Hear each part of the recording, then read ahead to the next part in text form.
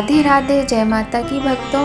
आप सभी का स्वागत करती हूँ स्पिरिचुअल ज्ञान साधना में और आप सभी से अनुरोध करती हूँ कि स्पिरिचुअल ज्ञान साधना को सब्सक्राइब कर लीजिए और बेल आइकन को प्रेस कर दीजिए ताकि आपको नई नई वीडियोस का नोटिफिकेशन मिलता रहे।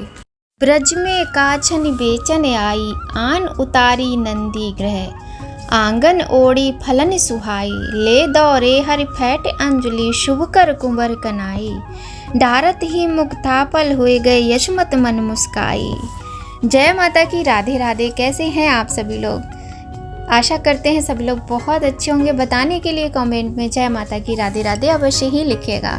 तो कितने सुंदर ये जो अभी मैंने आपको चौपाई सुनाई है, जो छंद सुनाया है, जो मैंने आपको एक तरीके से जो श्री कृष्ण भगवान का मैंने आपको दोहा सुनाया है, कितना सुंदर है ना। कि ब्रज में काछन बेचन आई, आन उतारी नंदी ग्रह। आंगन ओढ़ी फलन सुहाई, ले दौरे हरि फैट अंजलि, शुभ कर कुंवर कन्हाई। डारत ही मुक्ता फल हुए गए, यशमति मन मुस्काई। बहुत ही सुंदर कथा आज हम आपके लिए लेकर आए हैं। आप सुनिएगा ज़रूर, और ऐसा नहीं है कि आप शुरुआत में थोड़ा सा सुनकर और स्किप करके सुने, पूरा सुनिएगा। आज की कथा आपके मन में भक्ति का प्रेम रस ऐसे भर देगी, और प्रेम का भक्ति रस और भक्ति का प्रेम रस सबका जब समावेश हो जाएगा ना, तो आपके मन में, आपके रोम रोम में सिर्फ कान्हा कान्हा, कृष्णा कृष्णा ही चलेगा और कुछ नहीं चलेगा। आप सुनिएगा कथा। तो आज बहुत ही सुंदर कथा हम लेकर आए हैं श्री कृष्ण भगवान और सुखिया मालिन की। तो ध्यान से सुनिएगा। तो चलिए सबसे पहले गणेश जी का नाम लेते हैं। बोलिए गणेश भगवान की जय, बोलिए श्री कृष्ण भगवान की जय। राधे राधे। शुरू करते हैं आज की कथा। मथुरा की एक सुखिया नाम की मालिन गोकुल में साग भाजी तथा फल फूल बेचने के लिए आया करती थी। वह गोकुल में गोपियों के घर पुष्प, तुलसी इत्यादि देने जाती तो वहाँ गोपियों से कन्हैया की बातें सुनती थी। गोपियाँ मालिन को बताती कि नंद रानी यशोदा जी श्याम सुंदर को आंगन में नचा रही थी और ताली बजा बजा कर मधुर कोमल स्वर में गा रही थी। कन्हैया के चरणों में नूपुर बज रहे थे तथा कमर में किंकणी शब्द कर रही थी। नन्ही नन्ही एड़ियों में इतनी लालिमा थी कि पका हुआ बिंब फल भी उसकी समता नहीं कर पाता। कन्हैया जब यशोदा जी का गाना सुनते हैं तो वे स्वयं भी गाने लगते हैं और माता को ताली बजाते देखकर स्वयं भी ताली बजाने लगते हैं। नाचते समय कन्हैया के गले में पहना हुआ अत्यंत सुंदर बगनखा इस प्रकार झूल रहा था मानो बादलों के बीच द्वितीया का चांद प्रकाश फैला रहा हो। कन्हैया के माथे पर काली काली घुंघराली लटें लटक रही थीं और ललाट पर लटकन ऐसे लटक रहा था मानो चंद्रमा के बीच तारे हों। गले में कठुला और मुख में सुंदर दांत शोभा दे रहे थे और दोनों आँखों के बीच नासिका तो ऐसी लग रही थी मानो दो खंजन पक्षियों के बीच तोता बैठा हो। यशोदा जी अपने पुत्र की सुंदरता पर निहाल होकर उन्हें नचा रही थी। गोपी कहती हैं कि कन्हैया के उस समय की शोभा मेरे मन से हटती नहीं है। आंगन श्याम में नचावई जसुमत नंद रानी, तारी दय दय गाभई मधुर मृदुबानी।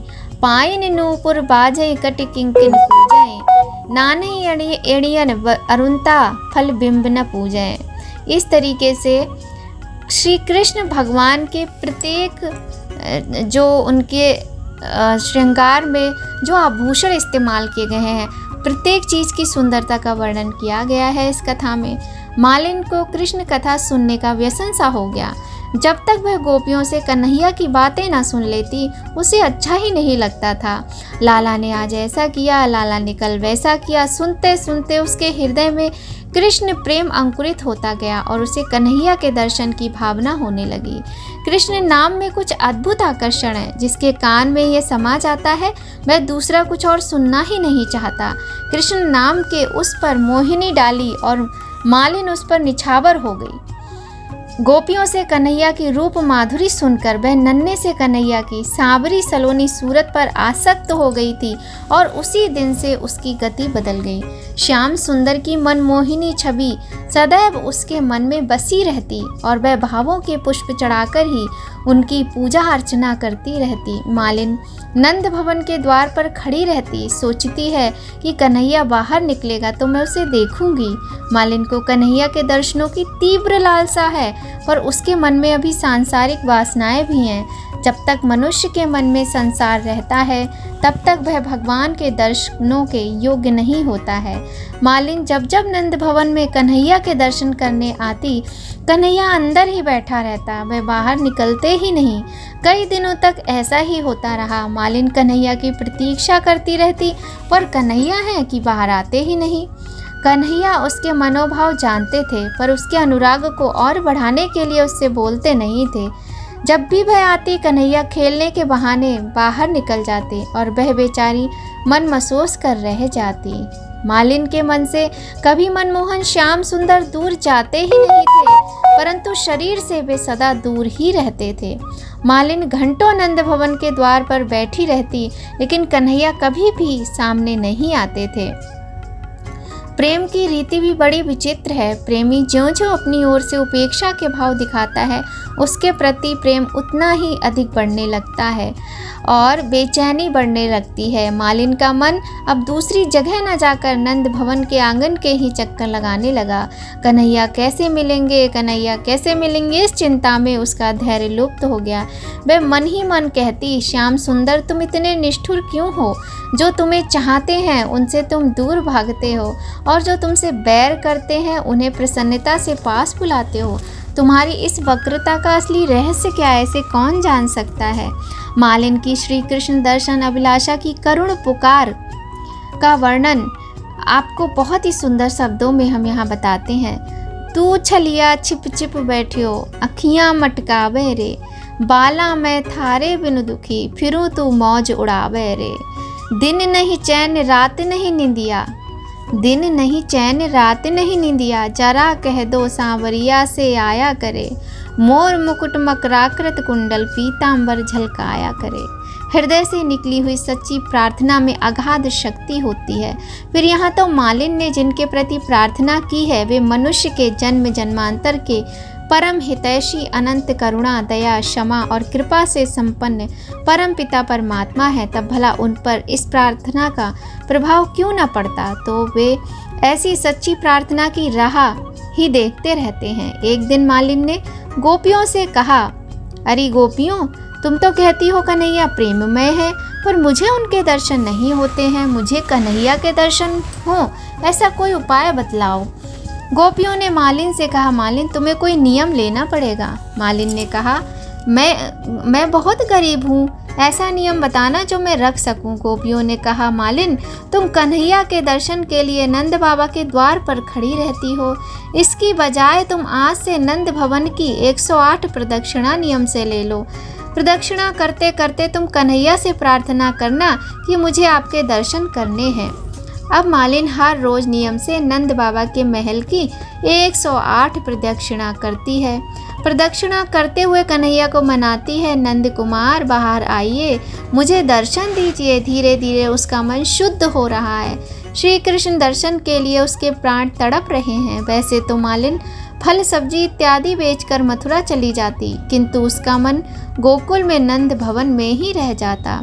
प्रातः काल उठते ही वह अपने मन की खोज में फिर गोकुल आती और मनमोहन के साथ अपने मन को क्रीड़ा करते देखकर वह अपने आप को भूल जाती। उसका मन कन्हैया को स्पर्श करने के लिए सदैव व्याकुल रहता। जब कन्हैया को देखने छूने की मालिन की चाह अपनी पराकाष्ठा पे पहुंच गई और अब उसे संसार में कन्हैया के सिवाय कुछ भी नहीं दिखा, तब फिर कन्हैया के मिलन में क्या देर थी। अगर चाह असली हो तो कन्हैया तो चाहने वालों से दौड़ कर लिपटने वाले हैं। अब मालिन की चाह में किसी प्रकार का आवरण नहीं रहा। आज मालिन ने निश्चय किया कि कृष्ण के दर्शन के बिना वह पानी भी नहीं पिएगी। सुंदर सरस फलों की टोकरी सिर पर रखकर कन्हैया की मोहनी छवि का ध्यान करते हुए गोकुल में आकर पुकार उठी, फल लो री, फल ले लो री। कन्हैया के कानों तक ये शब्द पहुँचे। कन्हैया ने सोचा, ये जीव दर्शन के योग्य तो नहीं है, पर इसकी भक्ति दृढ़ करने के लिए आज मैं इसे दर्शन दूंगा।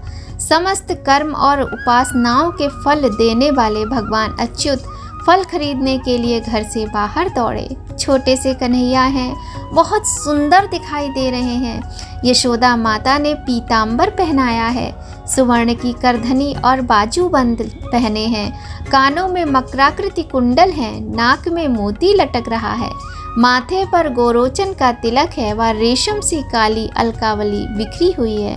मोर मुकुट धारण किए हैं, हाथ में छोटी सी बांसुरी है, आँखों में प्रेम भरा है, चरणों में सुवर्ण के नूपुर पहने हैं और छम छम करके दौड़े आ रहे हैं। अपने लाल लाल हाथों की छोटी सी अंजलि में अनाज लेकर वे जल्दी जल्दी हाँफते हुए मालिन की ओर दौड़ पड़े। उनकी कोमल अंजलि की संधियों में से काफ़ी अनाज तो रास्ते में ही बिखर गया और जो थोड़ा सा अंजलि में रह गया वह कन्हैया ने मालिन की टोकरी में डाल दिया। कन्हैया उस मालिन से फल लेने को अधीर थे। मालिन का मन भी कन्हैया को अपनी ओर आते देखकर कृष्ण प्रेम से ओत पोत प्रोत हो रहा था। चिरकाल की साध पूरी होते देखकर मालिन अपने आप को भूल गई। मालिन के घर में 8 पुत्रियां थीं, एक भी पुत्र ना था। कन्हैया को देखकर उसके मन में ऐसा भाव जागा कि मेरा भी ऐसा पुत्र हो तो कितना अच्छा हो। यशोदा माता जब कन्हैया को गोद में लेती होंगी तो उन्हें कितना आनंद होता होगा। मुझे भी कभी ऐसा आनंद मिल सकेगा क्या? मालिन के हृदय में प्रेम है कि कन्हैया मेरी गोद में आ जाए, पर वह सोचती है कि मैं ऐसा कैसे कहूँ कि तुम मेरी गोद में आ जाओ। श्री कृष्ण तो अंतर्यामी है। वे मालिन के हृदय के भाव जान गए और सुखिया मालिन की गोद में जाकर बैठ गए। अब मालिन के मन में ऐसा पुत्र प्रेम जागा कि कन्हैया मुझे एक बार माँ कहकर बुलाए। कन्हैया को मालिन पर दया आ गई। कन्हैया ने सोचा कि जीव जैसा भाव रखता है उसी के अनुसार मैं उससे प्रेम करता हूँ। कन्हैया ने कहा, माँ मुझे फल दो। माँ सुनकर मालिन को अतिशय आनंद हुआ। वह सोच रही है लाला को क्या दूं। मालिन का मन कन्हैया पर न्यौछावर हो जाता है। कन्हैया के परम दुर्लभ कोमल कर कमलों के स्पर्श का सुख प्राप्त करने को अधीर फल बेचने वाली सुखिया मालिन ने उनके दोनों हाथ फल से भर दिए। कन्हैया के हाथों में फल आते ही वे दौड़कर घर के अंदर चले गए। साथ ही मालिन का मन भी चोरी करके ले गए। वह तो पागल सी हो गई और बैठे बैठे स्वप्न देखने लगी कि कन्हैया मेरी गोद में बैठा है। उस समय मालिन के मन की दशा का वर्णन कौन कर सकता है। कन्हैया के लिए उसने अपना सर्वस्व समर्पित कर दिया। अब मालिन की घर जाने की भी इच्छा नहीं है, पर घर तो उसे जाना ही होगा। उसने टोकरी सिर पर रख ली और कन्हैया का स्मरण करते करते घर पहुंच गई। घर जाकर देखा कि संपूर्ण अभिलाषाओं को पूर्ण करने वाले भगवान श्री कृष्ण ने प्रेम के अमूल्य रत्नों हीरे मोतियों से उसकी खाली टोकरी भर दी। फल विक्रणी तस्य च्युत धान्य कर द्वयम फलैर पूर्यद्रत्न फल भंडाम पूरिचा। मालिन की टोकरी कन्हैया ने रत्नों से भर दी और उसका प्रकाश चारों ओर फैल गया और उस प्रकाश में मालिन को कन्हैया ही दिखाई देते हैं। आगे श्री कृष्ण, पीछे श्री कृष्ण, दाएं श्री कृष्ण, बाएं श्री कृष्ण, भीतर श्री कृष्ण, बाहर श्री कृष्ण। श्री कृष्ण के अलावा उसे कुछ भी दिखाई नहीं देता। मनुष्य की बुद्धि टोकरी जैसी होती है, भक्ति रत्न सदृश है। मनुष्य जब अपने सत्कर्म श्री कृष्ण को अर्पण करता है तो उसकी टोकरी रूपी बुद्धि रत्न रूपी भक्ति से भर जाती है। आज कन्हैया मालिन द्वारा दिए फल सब गोपी गोपियों को बांट रहा है, फिर भी टोकरी खाली नहीं हो रही है। यशोदा माता सोच रही हैं कि आज कन्हैया को आशीर्वाद देने माँ अन्नपूर्णा मेरे घर आई हैं। सुखिया मालिन का जीवन सफल हुआ। उसने साधारण लौकिक फल देकर फलों का भी फल श्री कृष्ण का दिव्य प्रेम प्राप्त किया। श्री कृष्ण का ध्यान करते करते वह उन्हीं की नित्य किंकरी गोलोक में सखी हो गई। श्री कृष्ण ने उसे अपना बना लिया। उसी दिन से वह धन्य हो गई। इस प्रकार से ये कथा थी एक बहुत ही परम प्रेममयी भक्ति रस से भरी हुई एक मालिन की, जिसका नाम सुखिया था, जो भगवान श्री कृष्ण से अत्यधिक प्रेम करने लगी और उसने अपने आप को भगवान कृष्ण को समर्पित कर दिया।